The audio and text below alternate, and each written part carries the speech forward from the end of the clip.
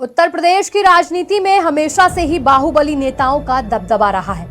अपने रसूख के दम पर ये माननीय चुनावी बयार का रुख अपनी तरफ मोड़ने में माहिर होते हैं। पूर्वांचल के ऐसे ही एक कदावर नेता हुआ करते थे अमरमणि त्रिपाठी।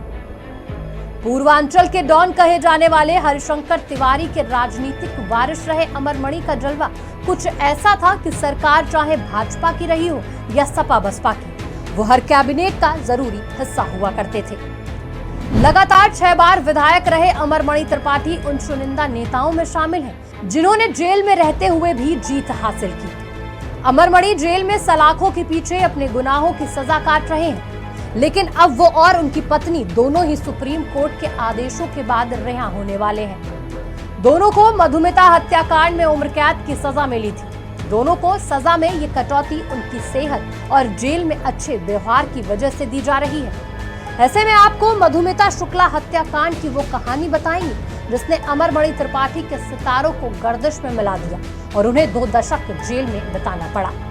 इतना रसूख रखने वाला दबंग नेता आखिर जेल कैसे पहुंचा? इमरजेंसी का दौर था, देश के युवा जेल भर रहे थे, लेकिन पूर्वांचल में सियासत का अलग ही समीकरण आकार ले चुका था। जाति की राजनीति अपराध के साथ गठजोड़ कर चुकी थी। राजनीति में रसूख बनाने का सपना देखने वाले पूर्वांचल के युवा बंदूक में गोली भर रहे थे। ठाकुर बनाम ब्राह्मण के सियासी पाले में बांटकर पॉलिटिकल करियर बनाने में लगे हुए थे।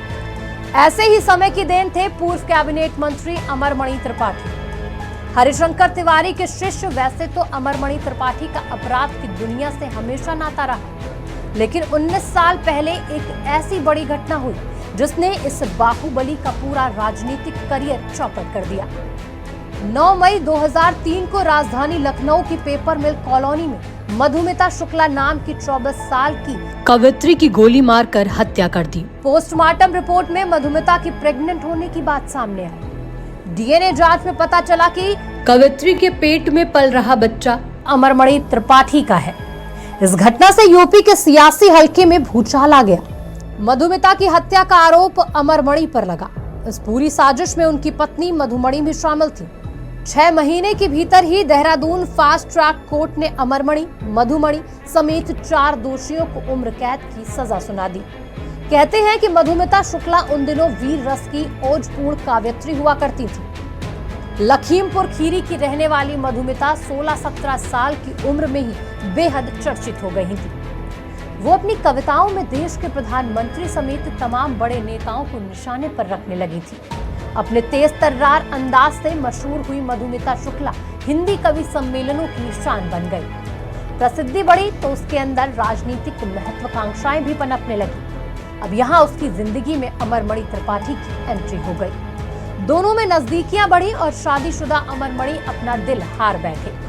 मधुमिता का नाम उस दौर के और भी कई सियासतदानों के साथ जुड़ा है और वो स्टार काव्यत्री बन गई है। उसका कद इतना बढ़ गया था कि बड़े बड़े कवि सम्मेलनों में उसकी मर्जी चलने लगी। सब कुछ सही चल रहा था, पर एक दिन अचानक उसकी हत्या हो गई, जो पूर्वांचल के बाहुबली अमरमणि त्रिपाठी के पतन का कारण बन गया।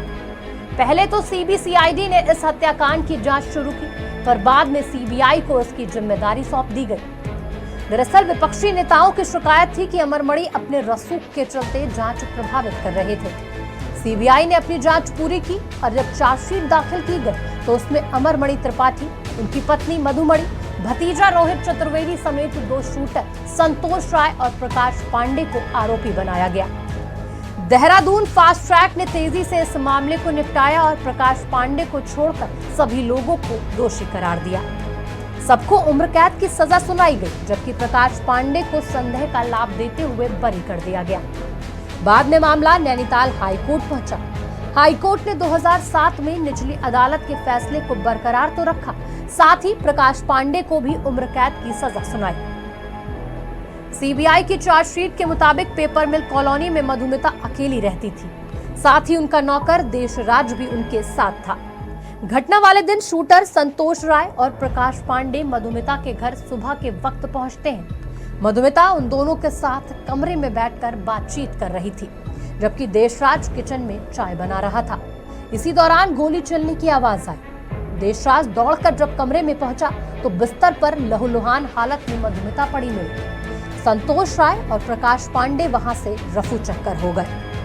नौकर देशराज के बयान को अहम मानते हुए सीबीआई ने जब जांच आगे बढ़ाई तो अमरमणि तक कड़ियां जुड़ती चली गई।